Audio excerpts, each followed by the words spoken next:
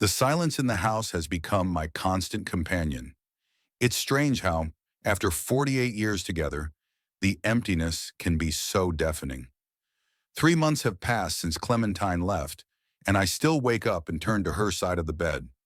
Sometimes I even hear a quiet rustle in the kitchen, and for a moment I think she's making her signature cardamom coffee. But then reality returns, and I remember that I'm alone in our big house on Maple Street in Gladstone. This morning I woke up with that feeling again, as if Clementine had just gone out to get the mail or to the garden for fresh mint. My heart has yet to adjust to the fact that she is gone. 73 is no small age to start learning to live again. But there is no choice. Our house now seems too big for one person. 2 floors, 5 bedrooms, a living room with high ceilings and large windows overlooking the garden that Clementine adored. Her roses are still blooming, though I have no idea how to properly care for them. I'm trying to remember everything she said about watering and pruning, but I'm afraid there won't be much left of her beautiful garden by next summer. I walked slowly down to the kitchen and put the kettle on. Clementine always preferred coffee and I preferred tea. This little difference between us had been the subject of our banter over the years. A true Briton, she laughed, even after half a century in America has not changed his habits. And I replied that that was why she had married me, a stubborn Englishman with conservative views on drink. As the kettle boiled, I looked out the window at the driveway. Anthony had promised to stop by today. My only son, 44 years old, a successful financial analyst, a house in an upscale Gladstone neighborhood, a beautiful wife, Verity, and 2 teenage children I hardly see.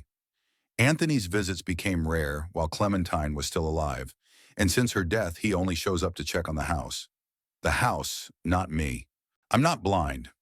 I can see him looking around the rooms, assessing the condition of the floorboards, mentally calculating how much he can get for the antique furniture that Clementine and I have collected over the years.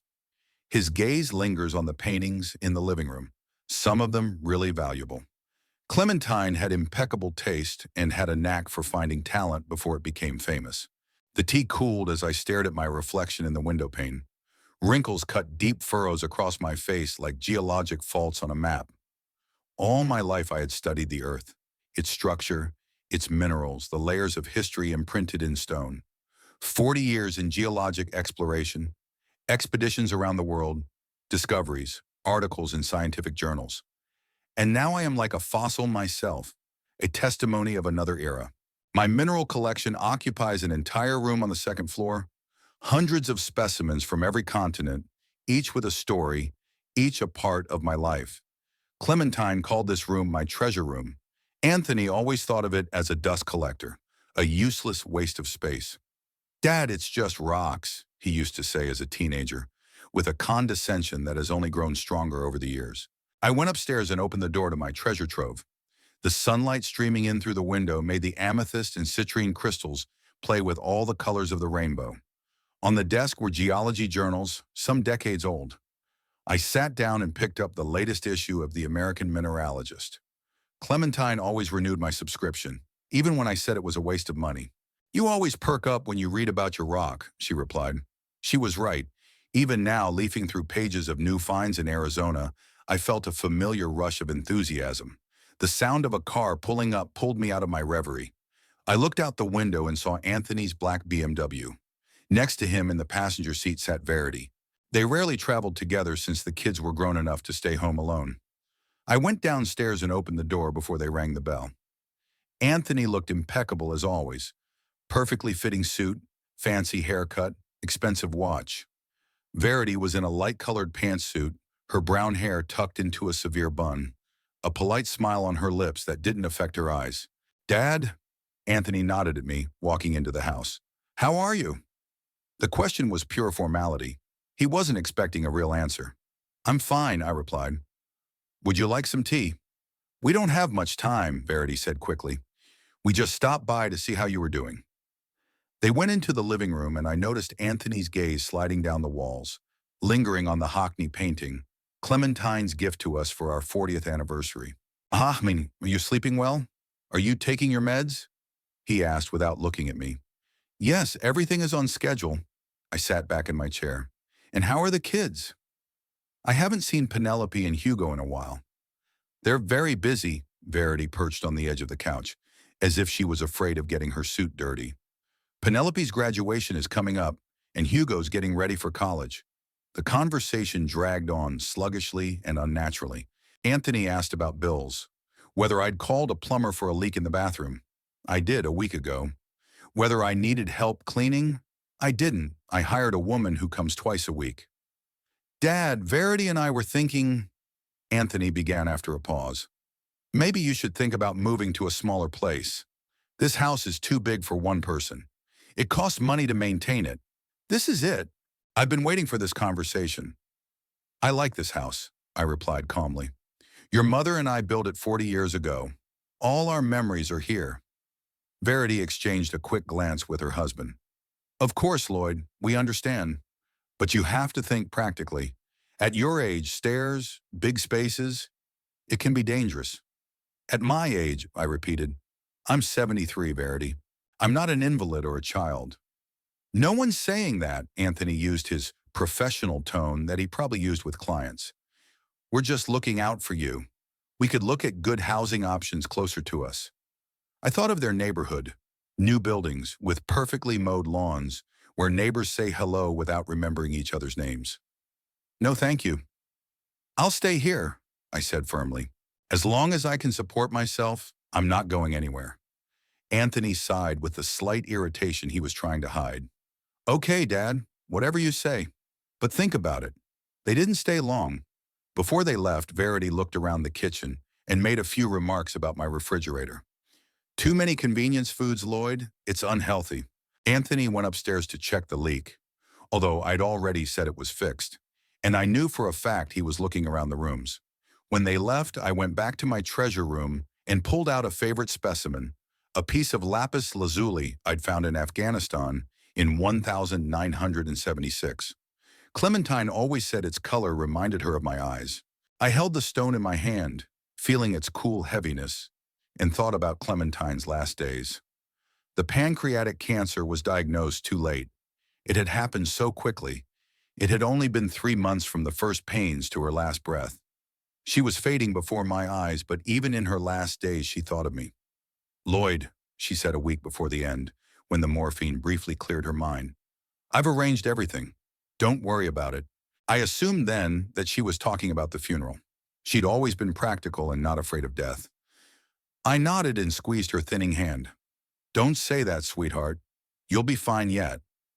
We both knew it was a lie. At the funeral, Anthony kept a detached demeanor.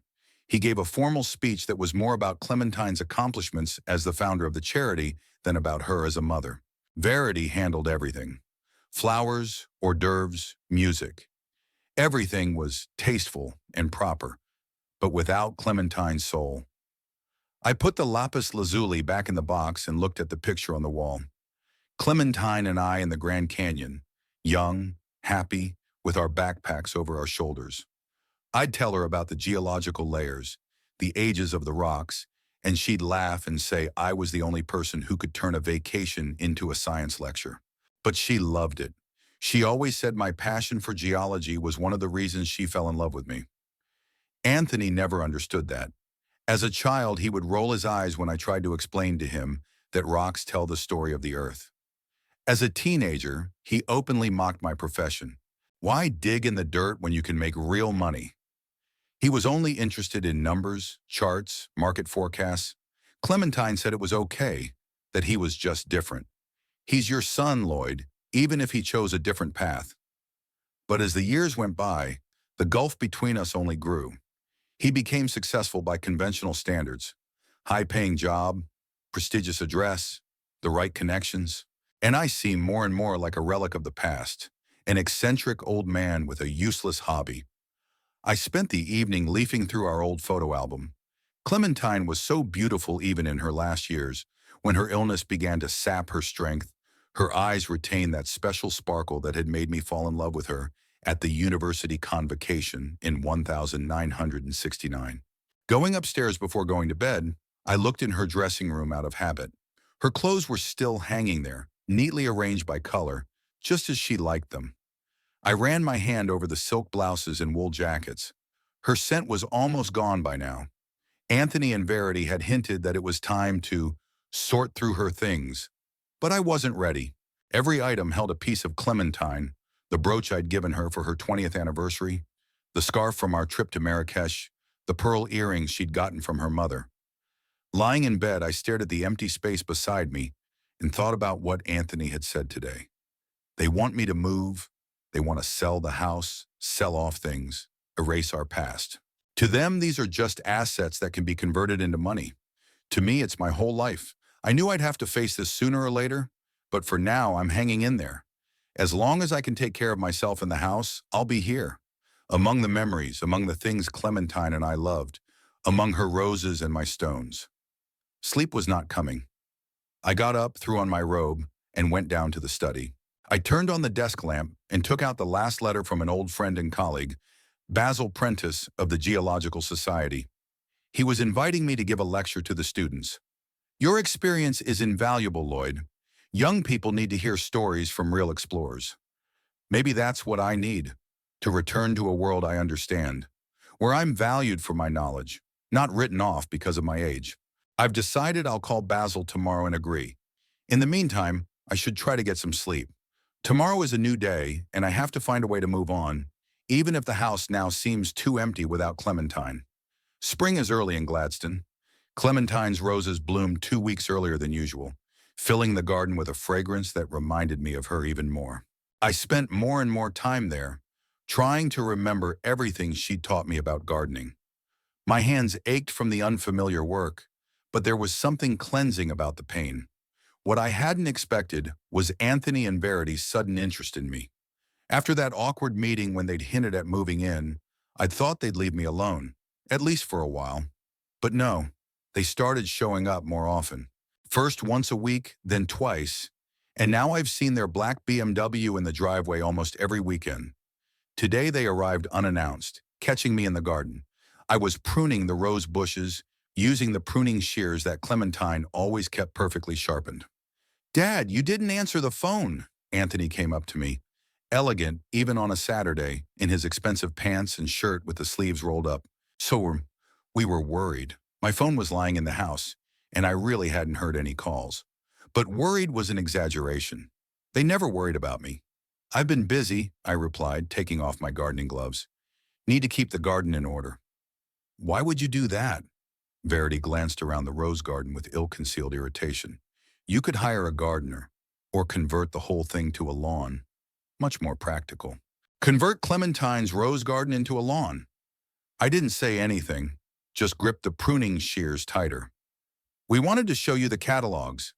Anthony pulled glossy brochures out of his bag. "Places for active retirees. Very modern with on-site medical care." I put the tools in the garden basket and walked slowly toward the house. They followed me, continuing to talk about the benefits of senior dorms, as I mentally called them. The house was noticeably cooler, and I was glad for the change of scenery. But before I could offer tea, Verity was already coming up the stairs.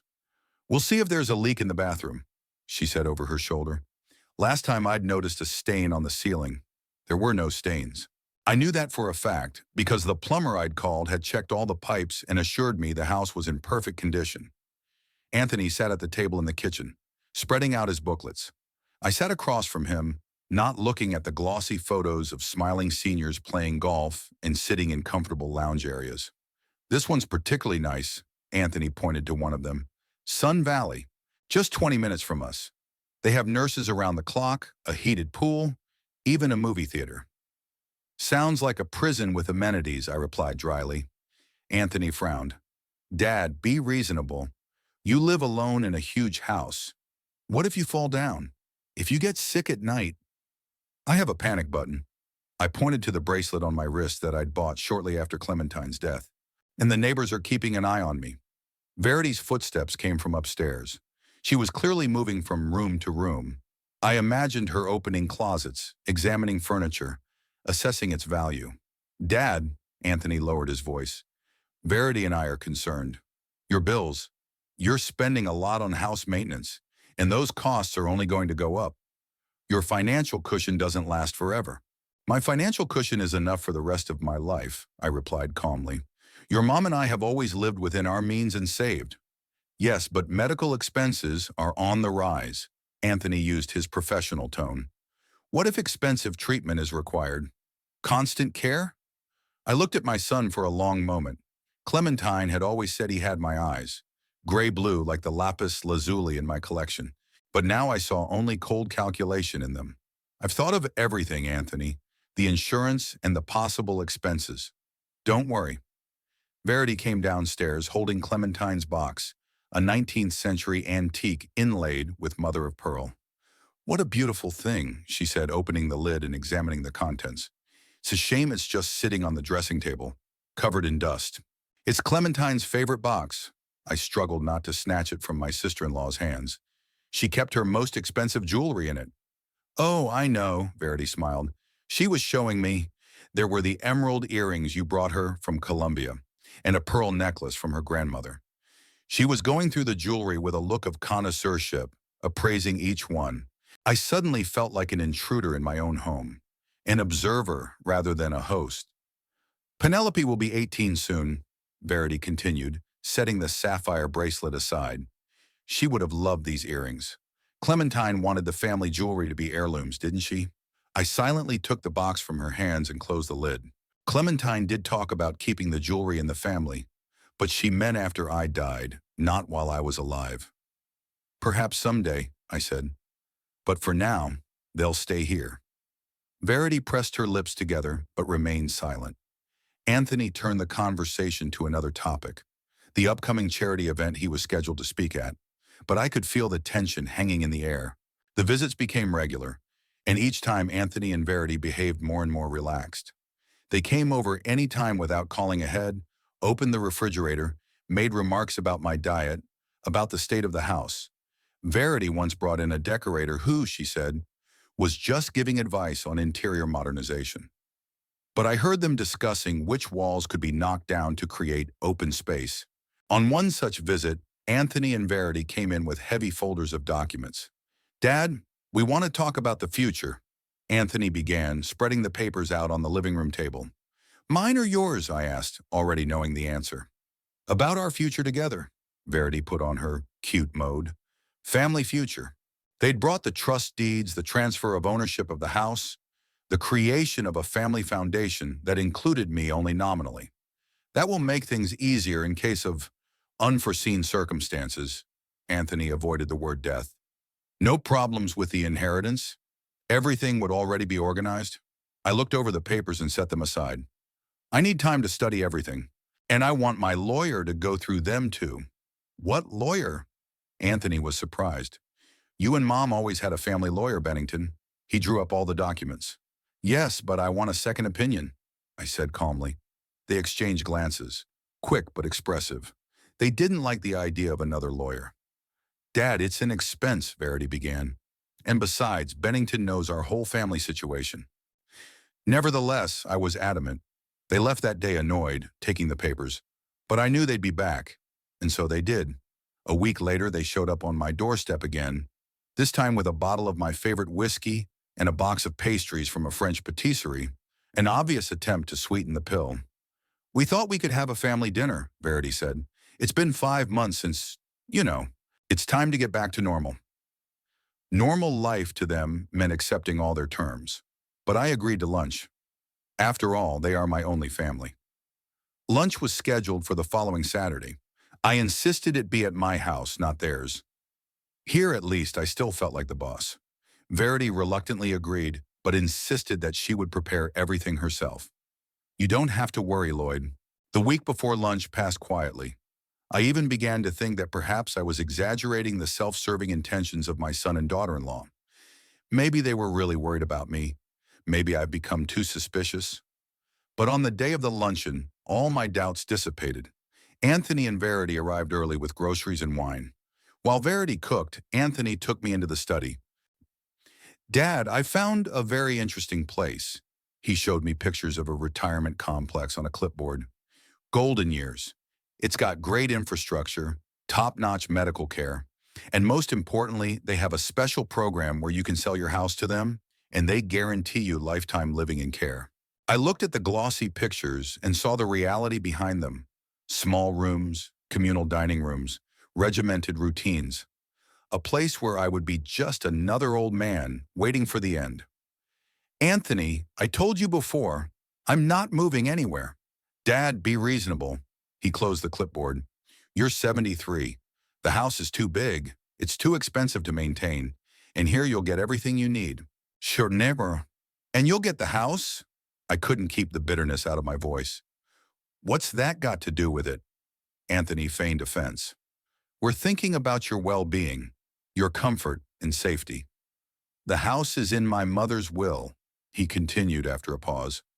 Verity and I have already discussed how it could be modernized, turn it into a real gem of a neighborhood. Do you know how much real estate costs in Gladstone now? Especially in this part of town? There it is, not even trying to hide his intentions. Clementine left the house to me, I said firmly, and as long as I'm alive, I'll decide what to do with it. Of course, Papa, Anthony said in a low voice, but you must think of the future, your own and ours. What if you need serious treatment, constant care? You don't want to be a burden, do you? A burden. That's what I was to them. A burden, an obstacle to inheritance. Luckily, Verity called us to the table, and the unpleasant conversation was interrupted. She had outdone herself in cooking. The table was bursting with the exquisite dishes she had prepared in my kitchen. Penelope and Hugo arrived a little later, both kissing me on the cheek with polite detachment. I hadn't seen much of my grandchildren in recent years. They were busy with their business, school, and friends. Grandpa, how do you manage on your own? Penelope asked, putting on her salad. At 17, she was a carbon copy of Verity, the same checked politeness, the same lack of sincerity. I'm fine, thanks, and I replied. How was school? You're graduating soon, right? Yeah, in 2 months. I've already gotten provisional admission to Yale. Congratulations. It's prestigious. Conversation at the table was polite but strained. Hugo talked about his lacrosse success, Penelope about preparing for graduation. Verity talked about the charity committee she was on, Anthony about work. But I felt that this was just foreplay. The real conversation lay ahead. It began when we moved on to dessert, a gourmet tiramisu that Verity had made from a secret Italian recipe. So, Dad, Anthony set his fork aside. Second. We all the family wanted to talk to you. Even the grandchildren straightened up as if on cue. About the golden years? I asked bluntly. Yes, Anthony nodded. We all think it's the perfect place for you. You'll be under the care of professionals.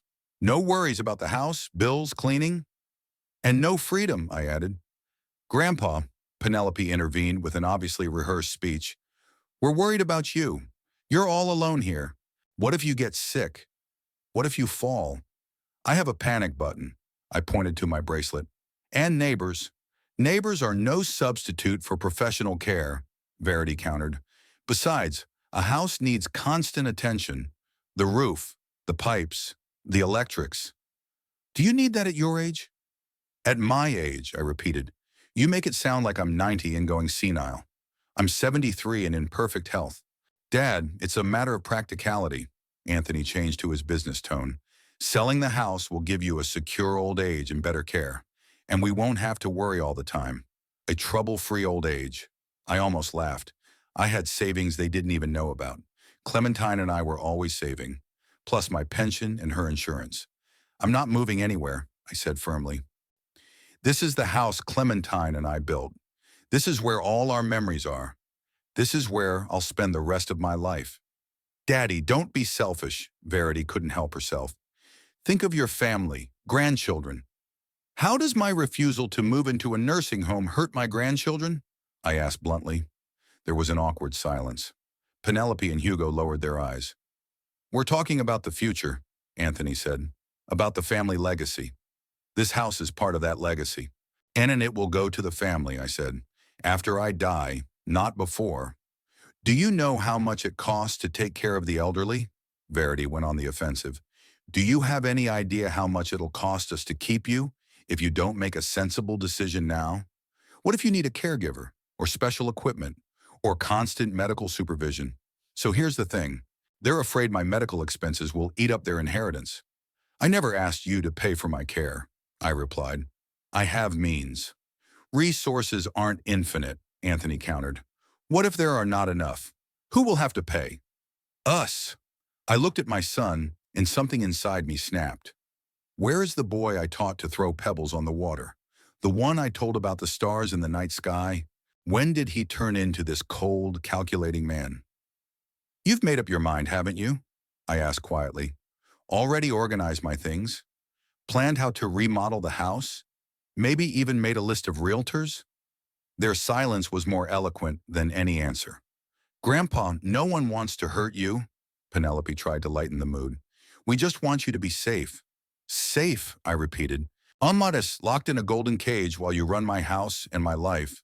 Lloyd, you're exaggerating. Verity rolled her eyes. We're talking about a comfortable boarding house for the elderly, not a prison. The only difference is the name. I stood up from the table. Now, if you don't mind, I'm tired. Thanks for dinner. Dad, we're not done yet. Anthony got up too. You have to make a sensible decision. For yourself. For your family. I've already made a decision, I replied. I'm staying here. You're acting like a child. Verity couldn't take it anymore. You stubborn, selfish old man. Thinking only of your feelings, your memories. Have you thought about us? Verity, Anthony said warningly. But it was too late. No, let her hear it. Verity raised her voice. We've been waiting for years to be able to sell this house. We already have plans, we have buyers interested in the property, and he wants to ruin it all because of his selfishness. The silence around the table was deafening. Penelope and Hugo looked embarrassed, Anthony angry, Verity frightened by her own frankness. Years of waiting, I repeated slowly. My wife was still alive, and you were already planning how to get rid of our house. Dad, that's not what Verity meant. Anthony tried to correct the situation. She's just upset. We're all upset. No, that's exactly what she meant. I felt strangely calm. And you know what? I'm even grateful for her honesty. At least now I know exactly where I stand. Lloyd, don't be dramatic. Verity tried to return to her normal tone. Of course we love you, but we have to be practical. Oh, practical? I nodded. Okay, here's practicality for you. I own this house, and I'm not moving. Now please leave. Dad! Anthony looked shocked. You can't just kick us out. I can, I said calmly. This is my house, and I want you to leave. Now. Penelope and Hugo got up first, clearly wanting to avoid further conflict. Verity followed them, glaring at me with a mixture of anger and fear. Anthony lingered. You're going to regret this, he said quietly. When you're all alone, when you realize you can't handle it, it'll be too late. I'm already alone, Anthony, I replied, and I'm doing better than you think. When the door closed behind them, I went back to the table with my dessert and wine. The silence in the house was deep, almost palpable, but for the first time in months, I felt not emptiness, but determination. Now I knew exactly what I was dealing with. I took the wine glass and went up to my treasure room. There, among the stones I had collected over a lifetime, I could think more clearly. And I needed to think. About many things. 2 weeks had passed since that ill-fated lunch. No phone calls, no visits from Anthony or Verity, just dead silence. I haven't tried to contact them. To be honest, I was glad for this temporary lull. I could finally spend my days the way I wanted. In the garden, among the mineral collection, reading Clementine's old letters, which I pored over, sorting through her things at my own pace. The tranquility was short-lived, however. On Tuesday evening, the phone rang. I rarely answered calls from unfamiliar numbers, but this time something made me pick up. Mr. Stanbridge, came an unfamiliar female voice. This is Nancy, Mr. Bennington's secretary. He'd like to meet with you Thursday at 10 o'clock in the morning in his office. It's about your wife's will. Richard Bennington has been our family lawyer for 30 years. A tall, gaunt man with always perfectly pressed suits and an iron grip on legal matters. I knew that Clementine had met him shortly before his death, but she didn't go into details. Yes, of course, I answered. I'll be there at 10. Almost immediately after that, Anthony called. Apparently, he'd been told about the meeting too. Dad, his voice sounded emphatically neutral. I hope you're all right. I am, I answered. I got a call from Bennington. The meeting's on Thursday. I can pick you up. Thanks, but I'll get there myself. Pause. Dad, about what happened. He hesitated. Verity overreacted. We were all excited. Yeah, I noticed. I kept my tone steady. Listen, Anthony cut to the chase. Before we meet with Bennington, we'd like to take you to dinner. Tomorrow night. A calm, unemotional conversation. I had my doubts. I didn't want another confrontation, but perhaps a meeting before the official reading of the will might smooth things over. Okay, I finally agreed. What time? 7 o'clock. I'll send a cab for you. No need. I'll come myself. Whatever you want. Anthony sounded a little disappointed. He probably thought he could control the situation if I depended on him for transportation. The next day passed in a strange detachment. I spent time in the garden, thinking about Clementine, about why she hadn't told me the details of her will. We had always shared everything. Why had she chosen to keep the secret this time? That evening I wore my best suit, the dark blue one Clementine had given me for our last anniversary. It accentuates the color of your eyes, she had said then. I tied the tie she loved, slicked back my thinning gray hair, and looked at myself in the mirror. A tired old man, but still a straight back, clear-eyed. I took a cab to Anthony's house at 7 sharp. It was an imposing colonial-style mansion in Gladstone's most prestigious neighborhood. Immaculate white columns, perfectly mowed lawn, gleaming windows. Everything screamed money and status. Verity opened the door, dressed in an elegant black dress and pearl necklace. Her smile was strained but trying. Lloyd, we're so glad you came. She kissed my cheek. She smelled of expensive perfume. Come in, please. In the living room, Anthony was mixing cocktails at the home bar. He was wearing an immaculate gray suit, like he'd just gotten home from work, even though I knew it was Wednesday, and Wednesdays were his short day. Dad, he nodded at me. Martini or whiskey? Whiskey, I answered. On the rocks. Penelope and Hugo were nowhere to be seen, which didn't surprise me. They'd been needed for family pressure last time, but today, apparently, there was a different kind of conversation to be had. We sat down in the living room with drinks in our hands. The atmosphere was tense, despite Verity's efforts to maintain a casual conversation about the weather and the latest city news. Finally, after a light appetizer, Anthony got down to business. Tomorrow is the meeting with Bennington, he began, twirling his wine glass in his hands. Do you know what's going to be in Mom's will? No, I answered honestly. She didn't go into details. Verity and Anthony exchanged glances. But you had some kind of arrangement? Anthony continued. About the house, about finances? We trusted each other, I said simply. We didn't need formal arrangements.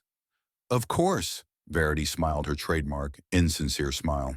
But you have to realize, Lloyd, that clarity is important in these matters, especially when it comes to inheritance. I sipped my whiskey, watching them over the glass. They were nervous. And not just about tomorrow's meeting, there was something else. Actually, Dad, Anthony set his glass down, Verity and I have already started some preparations.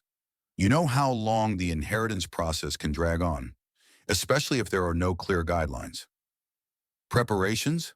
I raised an eyebrow. Yes, you see. Anthony hesitated, but Verity took the lead. Oh, we've already divided the property between us, she said bluntly. Only what belonged to Clementine personally, of course. Her jewelry, her stocks, her art. I froze with my glass halfway to my lips. You did what? Don't worry, Lloyd, Verity said in a tone as if she were explaining something to an immature child. We did what was fair. Penelope got pearls and a diamond brooch. Hugo got the collection of rare coins that Clementine inherited from her father. I took some paintings in silver. And Anthony, stocks and bonds. I slowly set my glass down on the table. And when did you manage to do that? In the last few weeks, Anthony said with a contrived casualness. We wanted to save you the trouble. You know what it's like when inheritance is divided. Arguments, resentment. But this way it's all settled. It's settled, I repeated. Yes, Verity nodded. And we thought you should know about it before you meet Bennington, so there wouldn't be any surprises. I looked at them and didn't recognize them. My own son and his wife had just informed me that they had divided my late wife's estate without my knowledge or consent. And they talked about it as if they were doing me a favor. And the house? I asked quietly. Had you divided it too? No, of course not. Anthony looked a little hurt. The house, it's more complicated. Technically, you own it for life, But we've already consulted with a real estate attorney. There are options. Of course there are. Send me to the golden years and sell the house, or formalize on himself while I'm still alive under the pretext of care of an elderly relative. I see, I said, surprised at my own calmness. A storm was raging inside me, but outwardly I remained unperturbed. What's next? What's next? Verity was a little confused. Well, the meeting with Bennington tomorrow, formalities, and then we'll help you move, Anthony finished. To the golden years or someplace else you like. Don't worry, Dad, we'll organize everything. They talked to me as if everything had already been decided, as if I had no choice. What if I say no? Verity and Anthony exchanged glances again. Dad, Anthony leaned forward, let's be realistic. You can't keep the house alone. It's too expensive. And the golden years is a great place. You'll be looked after. You won't have to worry about anything. How long have you been planning this? I asked, looking my son straight in the eye. Before or after your mother's death? Anthony turned slightly pale. What do you mean? I'm asking, when did you start planning how to get rid of me and sell the house? When Clementine was still alive? Or did you wait until she was dead? Dad! Anthony looked outraged. How can you say that? We only have your best interests at heart. Lloyd, Verity intervened with a strained smile. You're upset. It's understandable. But we're family. We care about you. I'm up. Thanks for dinner. I'll see you tomorrow at Bennington's. Dad, we're not done yet. Anthony got up too. We have a lot of things to arrange. No, I said firmly. We have nothing to agree on. Not until tomorrow's meeting.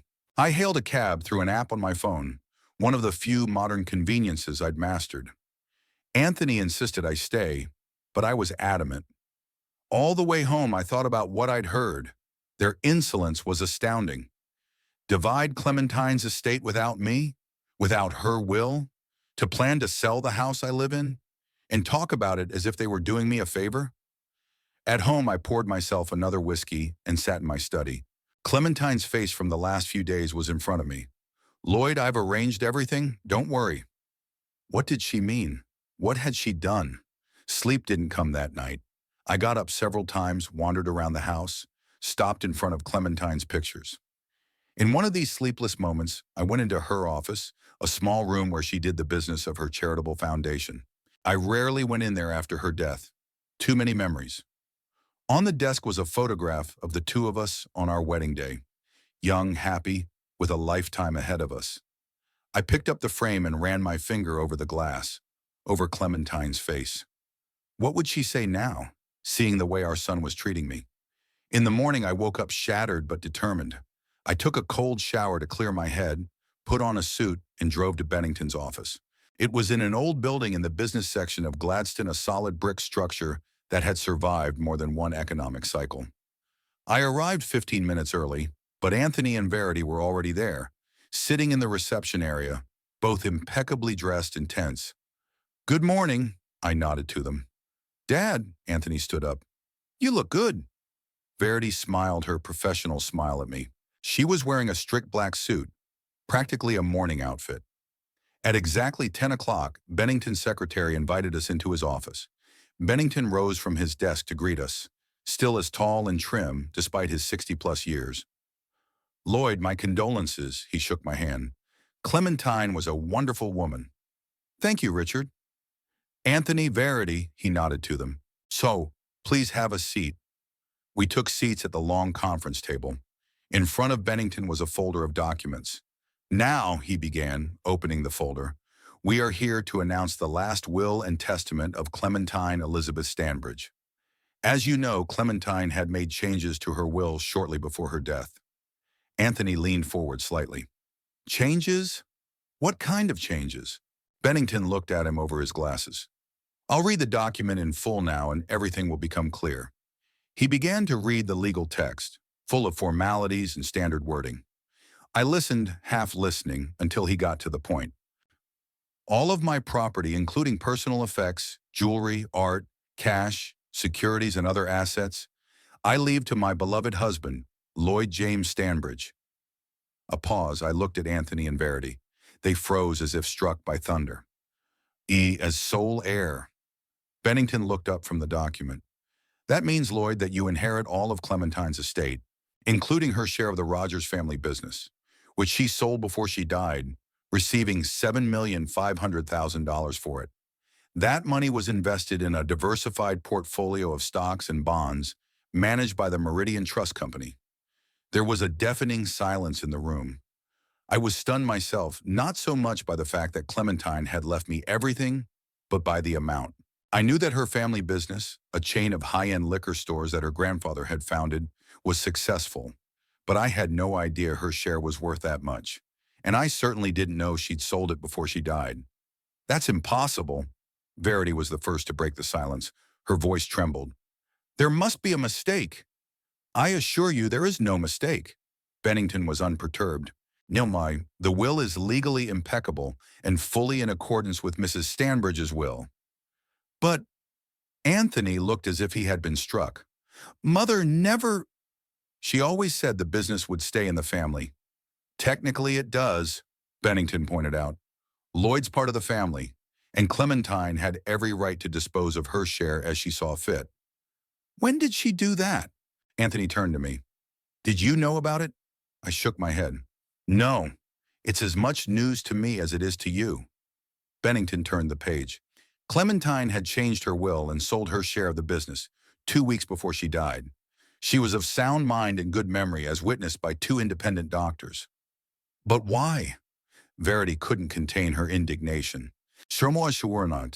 Why had she left everything to him and nothing to her own son? Bennington looked at me, then at Anthony and Verity. That's a question I can't answer.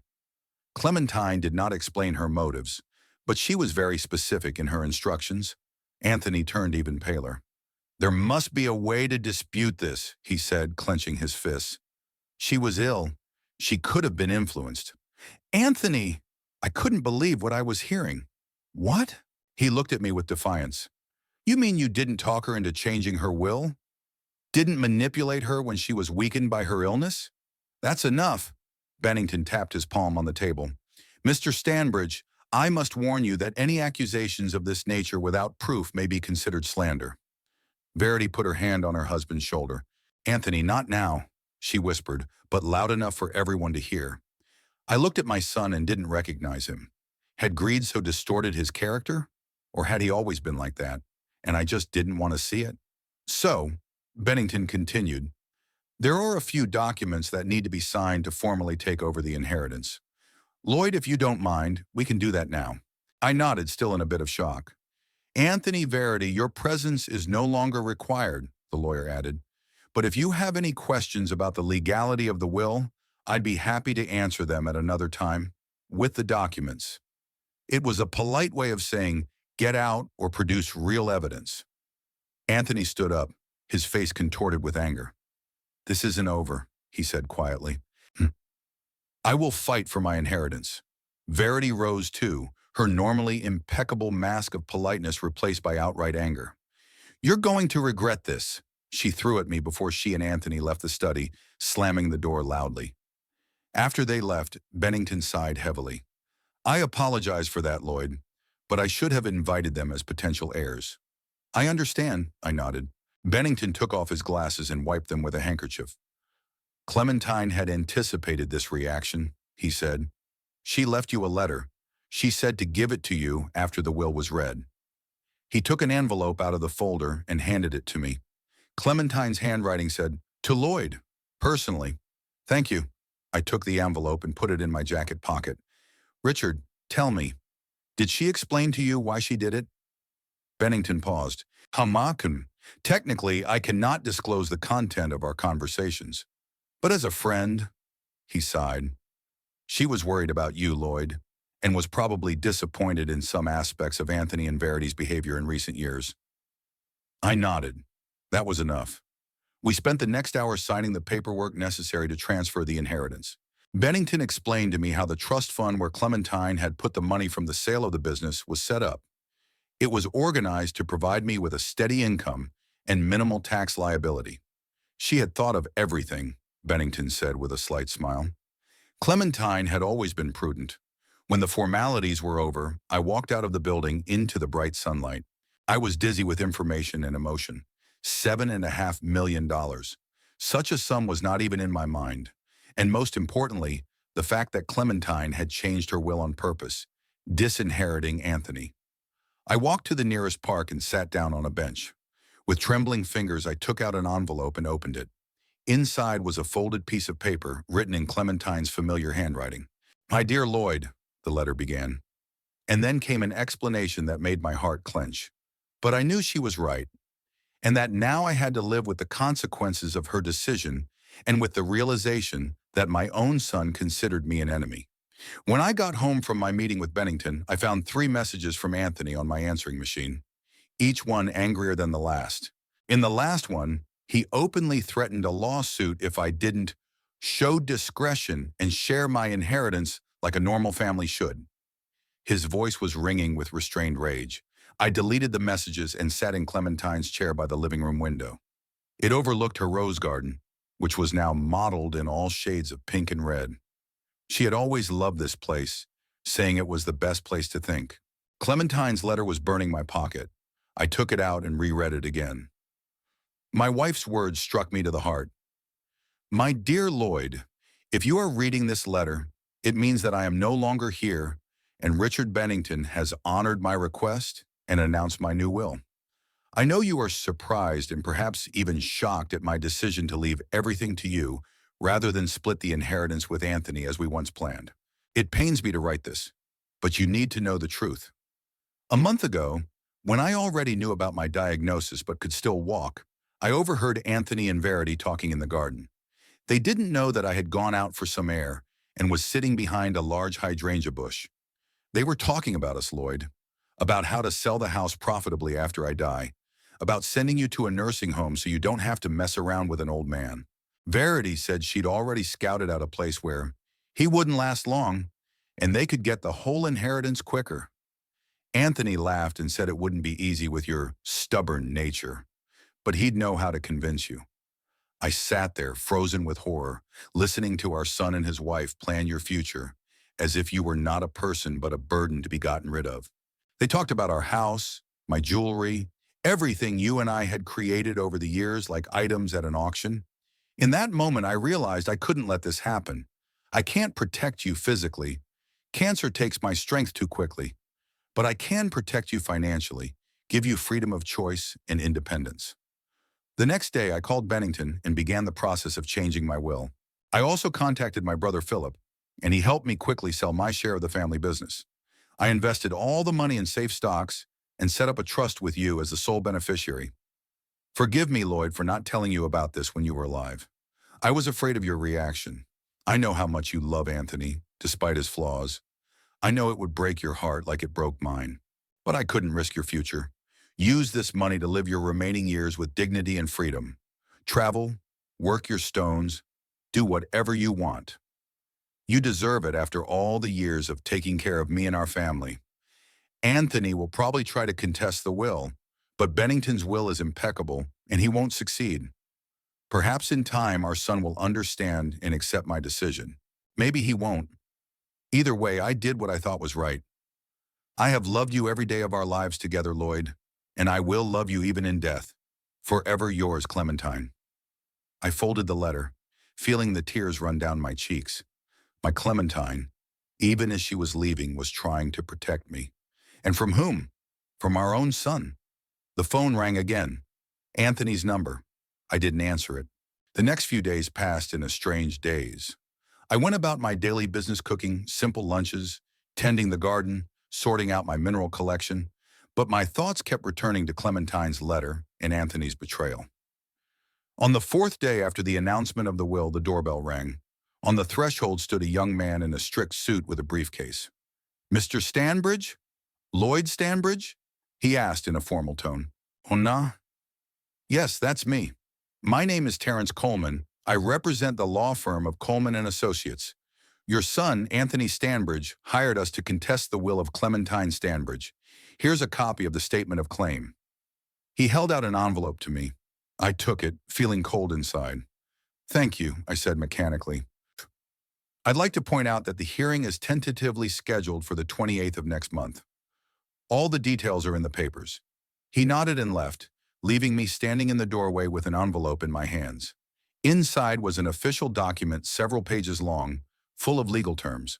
The gist of it was that Anthony was contesting Clementine's will on the grounds that she was allegedly under my undue influence and was not of sound mind when she changed her last will. My own son accused me of manipulating his dying wife for money. I called Bennington immediately. He didn't seem surprised.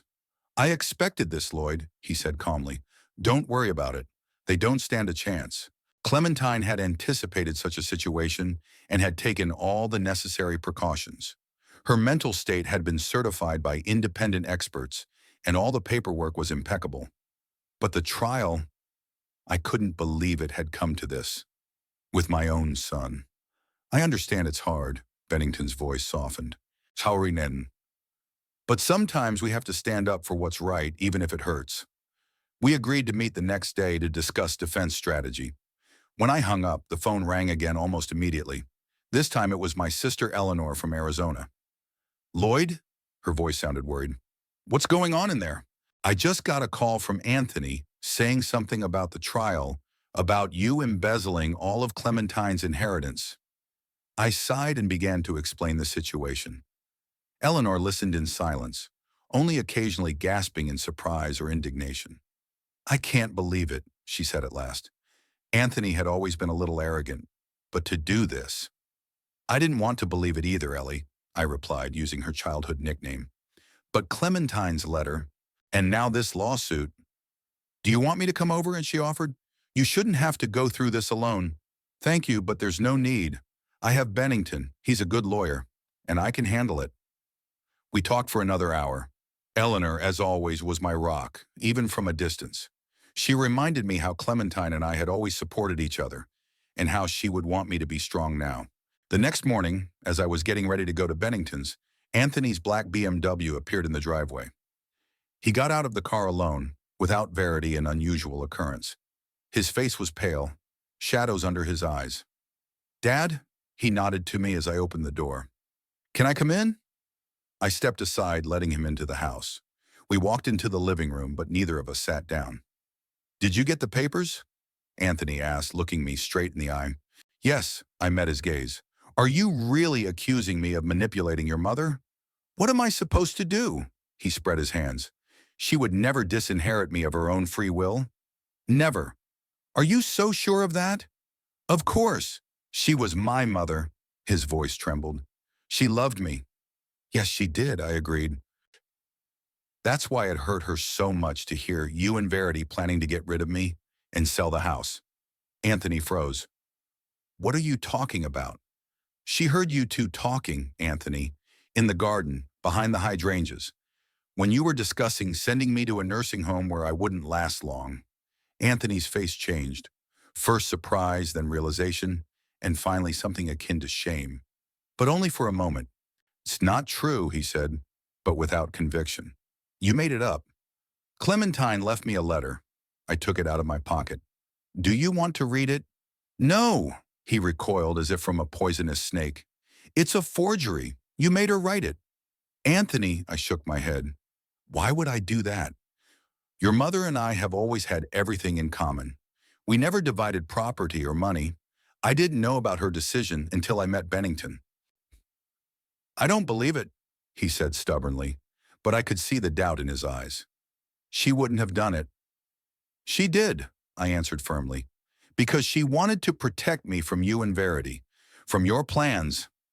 Anthony walked across the room, stopping by the fireplace, looking at the pictures on the mantelpiece. Our wedding pictures, his graduation pictures, family pictures from Clementine's 60th birthday party. "We never planned to hurt you," he said finally. "Yes, we talked about the nursing home, about selling the house, but not the way you envision it." "How?" "Practical," he turned to me. "This house is too big for one person. It sits on a lot that is now valued in the millions. It's impractical to keep an asset like that frozen when it could be used for the good of the family." "For the good of the family," I repeated. Or for your and Verity's benefit?" "It's the same thing." He raised his voice. "We're family." "Family," I grinned bitterly. "Family doesn't plan to get rid of an old man to get his house. You're twisting our words, Anthony clenched his fists. We never talked about getting rid of you. We talked about caring, about proper care, about using resources wisely. Verity said she'd already picked out a place where I wouldn't last long, I reminded her. Those were her exact words, Anthony. And you laughed. He turned away, unable to meet my gaze. It was a joke, a bad joke. Clementine didn't think so, neither did I. We stood in silence for several minutes. I looked at my son and tried to see in this cold, calculating man the boy I'd once taught to ride a bike, the boy I'd comforted after his first heartbreak, the boy I'd been proud of at graduation. Drop the lawsuit, Anthony, I finally said. You'll only make yourself look bad. Bennington did everything by the book. You have no chance of winning. I can't, he shook his head. Verity, she insists. And she's right. It's my inheritance, mine by right. Verity, I sighed. Always Verity. When did you stop thinking with your head, son? His face reddened with anger. Don't you dare talk about my wife like that. She supported me when you were busy with your rocks and expeditions. She was always there for me, and you. You were always somewhere in your own world. I was there for you, Anthony, I said quietly, every time you needed me, at every important event in your life, and I loved you even though we were different. Accepted you for who you are? No, he shook his head. You were always disappointed that I didn't follow in your footsteps, that I chose business over science. That's not true, I countered. I was proud of you, always have been. Then prove it. He took a step toward me. Share the inheritance. Recognize my right to half of what my mother left me. I can't, I shook my head. Not because I don't want to, but because it would betray Clementine's last will. She made her choice, Anthony, and I have to honor it. So you're choosing money over a relationship with your son. His lips pressed into a thin line. That's how you really are. No, Anthony, I choose respecting your mother's decision over indulging your greed. He turned abruptly and headed for the door. I'll see you in court, he said over his shoulder. After he left, I sat in the chair for a long time, staring at nothing. The breakup with my son seemed final. Despite everything I'd learned about his true nature, it didn't hurt any less. Meeting Bennington calmed me down a bit. He was confident of our position and believed that the court would definitely be on our side. Clementine had really thought of everything, including Anthony's possible attempts to contest the will.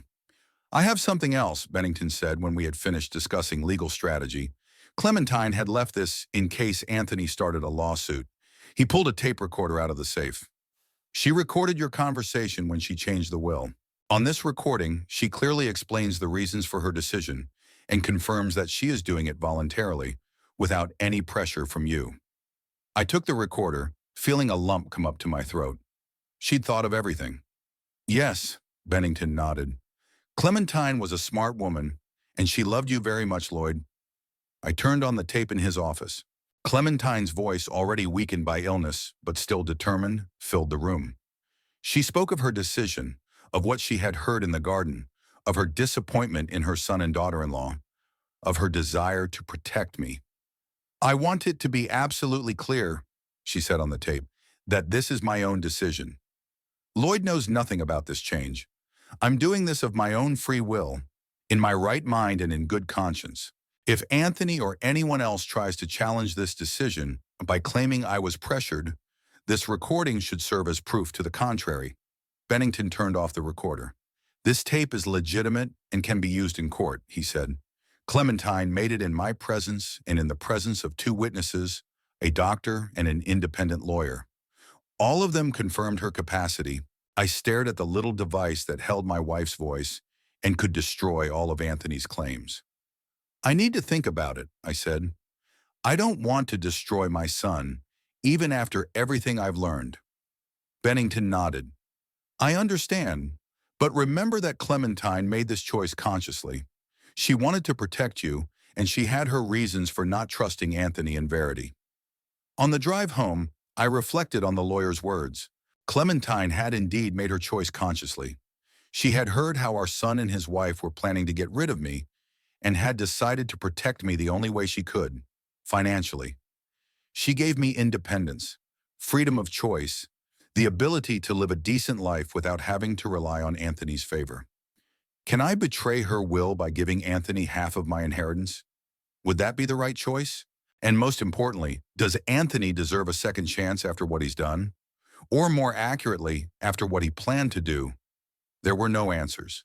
There was only the aching chill in my chest from the realization that my own son saw me as nothing more than an obstacle to his inheritance.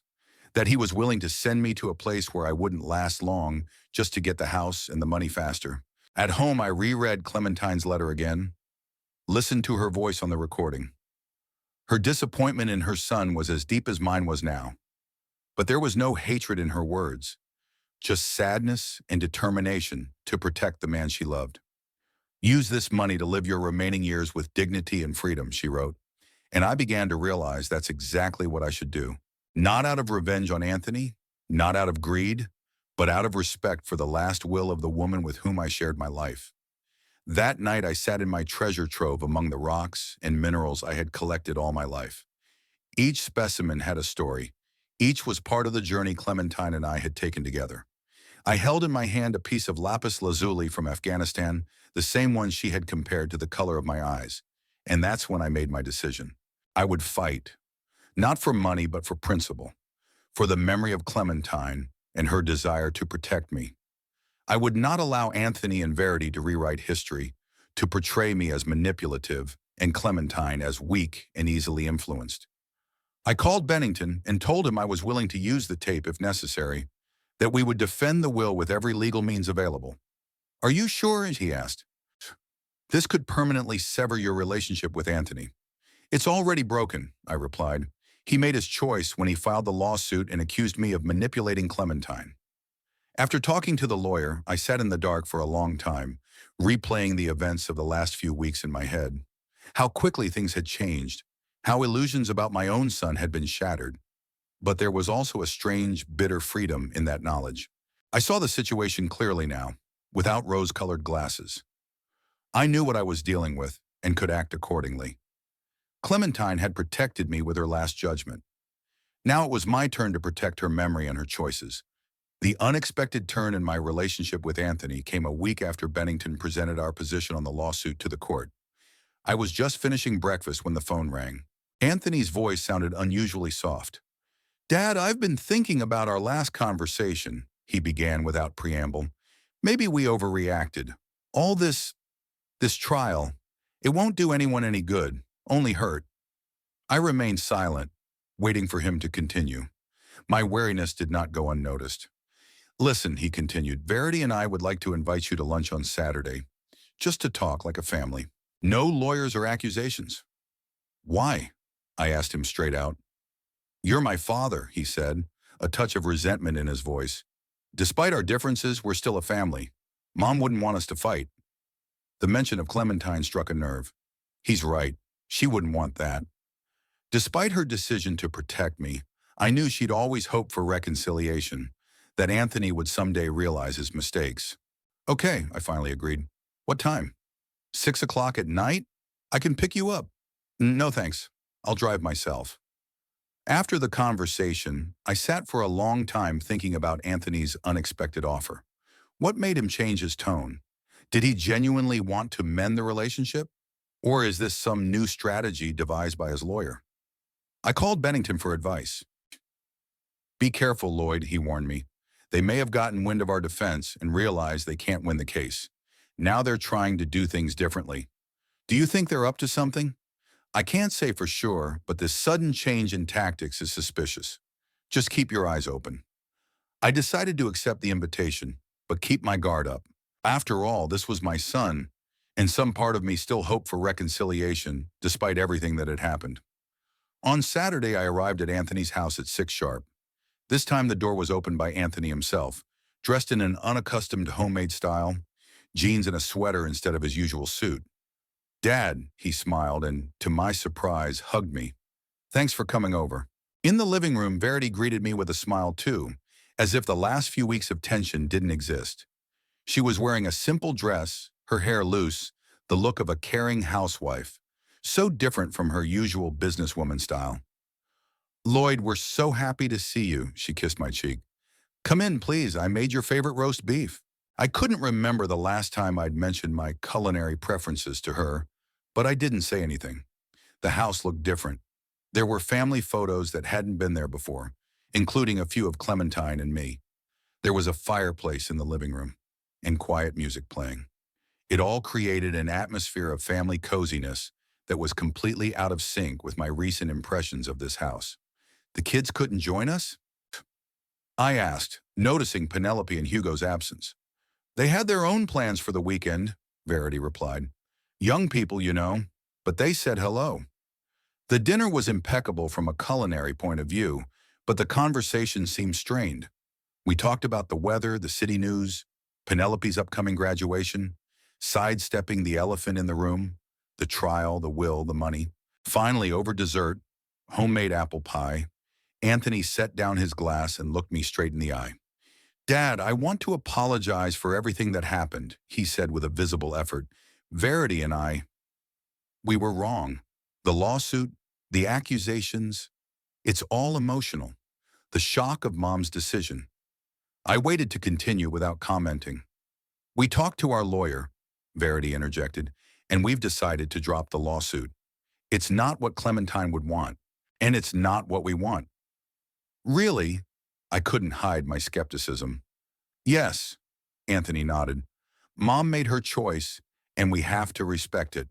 Whatever happens, whatever she hears, it's her decision.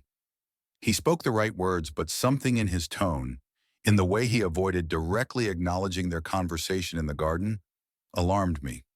What's changed, Anthony? I asked. A week ago, you were willing to go all the way. I thought about what you said, he lowered his eyes, about Mom, about her will, and I realized I couldn't do that to her memory, and I couldn't do that to you either. Lloyd, Verity put her hand on mine, her eyes suddenly filling with tears. We're so sorry about that conversation in the garden. We never meant to hurt you. It was rash. Yes, Anthony said. We did discuss the nursing home, but only in good faith. Mom must have misunderstood. I watched their faces, listened to their words, and felt the falseness in every syllable. They weren't apologizing for planning to get rid of me. They were sorry that Clementine had heard them and changed the will. They weren't admitting their guilt. They were twisting the situation by portraying Clementine as someone who misunderstood their good intentions. We want to start over, Dad, Anthony continued, not noticing or ignoring my skepticism. To forget about this unpleasant court story and be a family like we used to be. Like before, I repeated. Yes, Verity squeezed my hand. We'll see each other more often, spend time together. You could help Hugo with his geology project, and Penelope wants you to attend her graduation so badly. I was silent, trying to sort out my feelings. Part of me desperately wanted to believe in their sincerity, in the possibility of repairing the relationship. The other part, the more rational and wary part, suspected it was just a new tactic. Drop the lawsuit officially, I finally said, and we'll talk about the rest of this. Sure, Anthony nodded. I'll call the lawyer on Monday. The rest of the evening passed in the same atmosphere of feigned warmth. Anthony showed pictures from the last family trip to Europe. Verity talked about her new charity project. They were attentive, smiling, interested in my life, not at all like the people who had recently accused me of manipulating my dying wife. As I got ready to leave, Anthony volunteered to give me a ride, but I declined, preferring a cab. At the door, he hugged me again, this time holding the hug longer than usual. I really want to make this right, Dad, he whispered. Give us a chance. On the way home, I thought about that meeting. Something was bugging me. Their behavior, their words, even the house, everything seemed staged, as if they were playing parts in a play. But why? If they were really withdrawing the lawsuit, what was the point of this performance? The next day, I got a call from Sarah Thornton, a neighbor and old friend of Clementine's. We hadn't spoken since the funeral, though we'd often had family dinners together before. Lloyd, her voice sounded worried. There's something I have to tell you. It's about Anthony and Verity. Yes, I felt my shoulders tense. The Johnsons had a reception yesterday and Verity was there. She said some strange things about you. That you'd started forgetting names, mixing up dates. That you, she stammered. That you'd become emotionally unstable since Clementine's death and were making unwise financial decisions? I froze with the pipe in my hand. Go on, I said, feeling a cold rage growing inside. She mentioned that you're considering options on how best to care for you, that your condition is deteriorating. Lloyd, I know that's not true. You and I saw each other last week at the supermarket, and you were absolutely lucid mentally. Thank you, Sarah, I tried to speak calmly. Who else heard that? Pretty much everyone at the reception. The Johnsons, the Pierces, the Malones, everyone we know in common. Verity didn't say it in a quiet voice, Lloyd. She wanted it to be heard. Now the picture was starting to emerge. The withdrawal of the suit, the sudden reconciliation, the rumors of my instability, they were all part of the same plan. They realized they couldn't challenge the will through the courts, so they decided to do something else, to pave the way for me to be declared incompetent. I thanked Sarah for the information and immediately called Bennington. He didn't seem surprised. I warned you they might change tactics, he said. It's a classic move. If you can't refute a document, try to discredit the person. What am I supposed to do? Nothing for now. But be vigilant. Keep a record of any strange behavior. And, Lloyd, he paused, don't sign any papers they might offer you. Nothing at all. Not even the most innocuous-looking ones. The next 2 weeks turned into a strange game. Anthony and Verity started showing up at my house almost daily, always with smiles, always with gifts. They brought food. You need to eat right, Dad. Offered to help around the house. Those stairs are too steep for you, let me. Insisted I visit more often. You need to socialize more. Sitting alone is bad for your psyche. Their attention was suffocating. I felt like I was under a microscope. My every word, every gesture, carefully recorded. Once I deliberately said I couldn't remember what day of the week it was. Verity and Anthony exchanged quick glances, full of meaning. It's okay, Dad, Anthony said with a strained smile. It happens to everyone. Especially at your age, Verity added, and there was something akin to satisfaction in her voice. They started casually mentioning my non-existent memory problems to strangers. When we met my neighbor Frank, Anthony said as if in between, Dad forgot where he left his car keys this morning. Can you believe it took me an hour to find them? That was an outright lie. I never lost my keys. Another time, Verity invited a friend of hers to tea, and in my presence, she began to tell her how I mix up my grandchildren's names and sometimes forget to take my medication. It cost me a huge effort not to refute these lies immediately, but I decided to follow Bennington's advice and see where it would lead. Most disturbing was their interest in my finances. Anthony began bringing in documents that he said would help organize your affairs more efficiently. He suggested joint control of the accounts, for your own convenience, Dad, and the creation of an estate trust, so you don't have to worry about those boring things. I refused gently but firmly, citing that I needed time to think. Each refusal caused poorly concealed irritation, which they quickly masked with concern. Dad, we just want to help, Anthony said. You know it gets harder to keep track of all those financial details as you get older. Yeah, Verity encouraged him. My father resisted when we offered to help him too, and then he almost fell victim to fraud. Good thing we intervened in time. I nodded and thanked them for their concern, but inside I was seething with resentment. Did they think I was so naive? So blind to their manipulations? At the same time, I noticed that I was being watched. Several times I saw the same car parked in front of the house. When I went to the store or the park, it followed me at a distance. A private detective? Maybe. Looking for evidence of my inadequacy? I decided to test my theory. The next time I noticed surveillance, I headed to the library, where I spent several hours studying geology books. Then I visited a bank, where I had a long talk with the manager about my investments. I finished the day in a cafe, meeting a former colleague from the geology department. All this time I behaved extremely collected and rational, demonstrating clarity of mind to anyone who could observe. Upon returning home, I found a message on my answering machine from Anthony. He sounded annoyed. Dad, we've been worried. Where have you been all day? Why haven't you been answering your cell phone? Call back right away. I didn't call back. Instead, I contacted Bennington and told him of my observations. They're preparing the ground for a suit to declare you incompetent, he confirmed my suspicions. Gathering evidence, spreading rumors. It's a classic scheme. What do I do? Get ahead of them, Bennington replied. We need to prepare countermeasures. First, I suggest you undergo a comprehensive medical examination by independent specialists to document your excellent mental and physical health. Second, start documenting all their manipulations. Record conversations if that's legal in your state. Ask witnesses to record their lies about your condition. I agreed with his suggestions. The next day, I made an appointment for an examination with the city's leading neurologist and a psychiatrist specializing in gerontology. Both gave opinions that I was in excellent condition for my age. Meanwhile, Anthony and Verity continued their offensive. They invited me to a family dinner where Penelope and Hugo were present, for the first time in a long time. The children were acting strangely too attentive, too caring, as if they had instructions from their parents. Grandfather, how are you feeling? Penelope asked. Don't you have a headache? Not forgetting anything? I can help you with the computer, Hugo offered. Modern technology can be difficult for people of your generation. I smiled and thanked them for their concern, knowing full well that they were just pawns in their parents' game. Over dessert, Anthony started talking about finances again. Dad, Verity and I thought you might want to consider a trust, he said casually.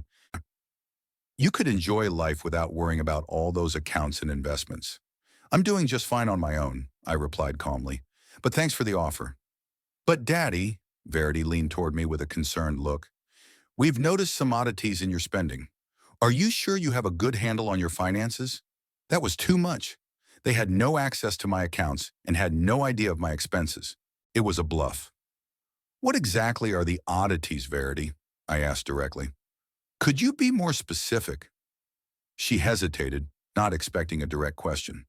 Well, for one thing, these big withdrawals you've been making lately. What kind of money? I looked her straight in the eye. Name one. Yeah, I can't give you exact numbers, she started to back away. But Anthony said he'd seen the statements.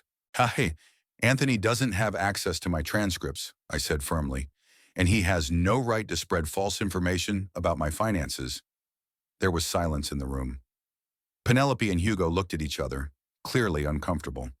Anthony blushed with anger or embarrassment. Probably both.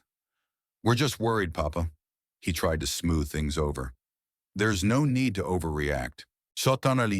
I appreciate your concern, I said, getting up from the table. But I'm perfectly healthy mentally and physically, in complete control of my finances, and I don't need a guardian. After that lunch, their tactics changed. They made fewer personal appearances, but stepped up their rumor campaign. It had come to my attention that Verity was telling stories to her charity committee about my strange antics, how I was supposedly forgetting the names of people I'd been friends with for years, and that I was beginning to show signs of paranoia, suspecting everyone around me. Anthony, for his part, had several confidential conversations with my old co-workers and friends, expressing deep concern about my condition and hinting that I would soon need a legal guardian. Fortunately, most of my friends knew me well enough not to believe these blurb, and some immediately informed me of these conversations. Finally, after a month of this exhausting cat-and-mouse game, Bennington called me with the news. They've filed a petition, he said, a formal petition to declare you incompetent and appoint Anthony as your legal guardian. Even though I'd expected it, the news still hit me like a blow to the head. How serious is it? I asked, trying to stay calm. Serious enough to be taken responsibly, Bennington replied, but not serious enough to panic. We have medical reports, testimonies from friends and neighbors, documented examples of their lies. We're ready for this. Now what? Now we have to be smarter, the lawyer said. They've made their move. It's time to make ours. I hung up the phone and went to the window. Clementine's roses were blooming in the garden, bright, strong, despite my unprofessional care of them. She always said that roses are like people. The prettiest flowers often have the sharpest thorns. My own son tried to have me declared incompetent to gain control of the inheritance. That was the final point of no return. Now I knew what I had to do, not only to defend myself, but to take decisive steps to put an end to this nightmare once and for all.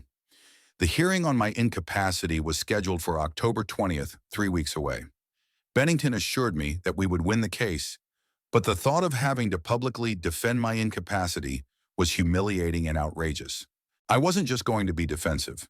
It was time to act decisively.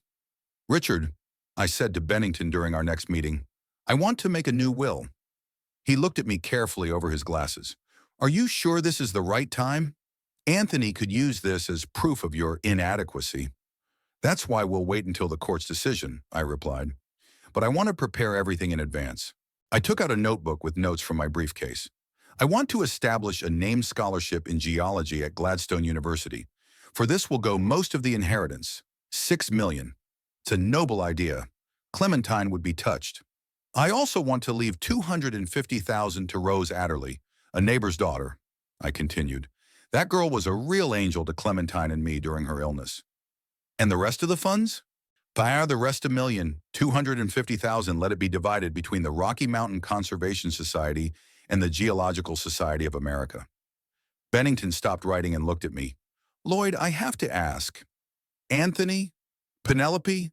Hugo?" "Nothing," I answered firmly. "Anthony received a fine education at my expense, has a high-paying job in his own home, and his actions showed that he didn't deserve a dime of Clementine's money. But that wasn't the end of my plans." "Richard, do you know a good realtor in the Rocky Mountain area?" I asked before I left. "In Colorado, maybe Montana?" He raised his eyebrows in surprise. "Are you going to move?" "I've always had a dream, a little cabin in the mountains where I could spend time learning geology hands-on. Now seemed like the right time to realize that dream." The next day, I contacted the realtor that Bennington had recommended, Janet Cranston. She offered me a house in the town of Silverton, a small wooden structure in the style of a mountain chalet, surrounded by pine trees with a spacious veranda overlooking the valley. I decided to act quickly. 2 days later, I had already made an offer on the property, which was accepted by the sellers. The price rate is $680,000, which was reasonable, and I could afford to pay cash. While preparations for the purchase of the house were going on, the court dismissed Anthony's petition to declare me incompetent. Our evidence was overwhelming. Medical reports, testimony from neighbors and friends, even phone records. The judge sharply chided Anthony for attempting to manipulate the court system for self-serving purposes. My doctor, Dr. Morrison, stated under oath that I was in better shape than most of his patients 20 years younger. Immediately after the court's decision, Bennington and I formalized my new will. Everything was done flawlessly, with independent witnesses and experts. The purchase of the house was finalized a week after the trial. What remained to be decided was what to do with the house in Gladstone. In the end, I decided to keep it, but not to live there permanently. Bennington helped me execute a deed of gift, transferring the house to Gladstone University upon my death. The most moving part of preparing to leave was talking to Rose Adderley. I invited her to tea and told her my plans. "Mr. Stanbridge, I'm so happy for you," she said, her brown eyes glowing with warmth. "You deserve peace after all you've been through." "Thank you, Rose. You've always been a true friend to me and Clementine." I didn't bother to tell her what I'd left her in my will. It was supposed to be a surprise. Anthony didn't hear about my plans from me. He called me that evening, his voice sounding both angry and concerned. "Dad, what's this crap I'm hearing about you moving to Colorado?" "It's not bullshit, Anthony. I bought a house in Silverton and I'm moving there." "But, why? What about our house? Are you selling it?" "No, I'm keeping the house. When I die, it will go to Gladstone University." "The university?" His voice trembled. "But, it's a family home." "Yes," I agreed. "The house you and Verity were planning to sell, sending me to a place where I wouldn't last long. Is this about the money? Are you getting back at us?" "No, son. I just want to live the rest of my life in peace, doing what I love, away from toxic relationships." "We're your family. You can't just, leave." "I can, Anthony, and I will. The last 2 weeks in Gladstone have been a busy time. I threw a small dinner for my loved ones, Sarah Thornton, Rose, a few former colleagues and neighbors. Bennington also came to say goodbye, bringing a bottle of Scotch whiskey. "To new beginnings," he said, raising his glass. The day of departure was clear and sunny. Before leaving for the airport, I walked around the house one last time, saying goodbye to every corner that held memories of my life with Clementine. Ah, am I making the right choice, Clementine? I quietly asked the empty room. Though no one answered, I felt a strange calm and certainty. Clementine wanted freedom and independence for me. She had protected me with her last decision, and now I was using that protection to build a new life. The flight to Denver went without incident. I was met at the airport by Janet Cranston, who was to accompany me to Silverton. Welcome to Colorado, Mr. Stanbridge. Are you ready for a new chapter in your life? More than ready, I replied, breathing deeply of the fresh mountain air. When we finally arrived in Silverton, the sun was already setting, painting the mountain peaks pink. The town was exactly as I had imagined, cozy, with historic buildings, surrounded by majestic peaks. My new home was on the edge of town, on a small rise. Janet handed me the keys, showed me how the heating and water systems worked. When everyone left, I was alone in my new home. I turned on the fireplace, settled into a chair by the window, and just stared out at the stunning scenery. At that moment, I felt a deep peace. For the first time in a long time, I was truly free. From manipulation, from toxic relationships, from having to constantly prove myself. I pulled a picture of Clementine out of my suitcase and set it on the mantelpiece. You were right, darling, I said quietly. Your decision has given me freedom, and I'll use it the way you wanted me to. The next morning, I woke up to bright sunlight. Stepping out onto the veranda with a cup of coffee, I saw the mountains shining in the morning light, majestic and eternal. In that moment, I realized that despite all the losses and disappointments, life goes on. And this new chapter promised to be exactly what I wanted it to be. Peaceful, meaningful, surrounded by the beauty of the nature I had spent a lifetime studying and loving. At 73, I was starting a new life, and it promised to be beautiful.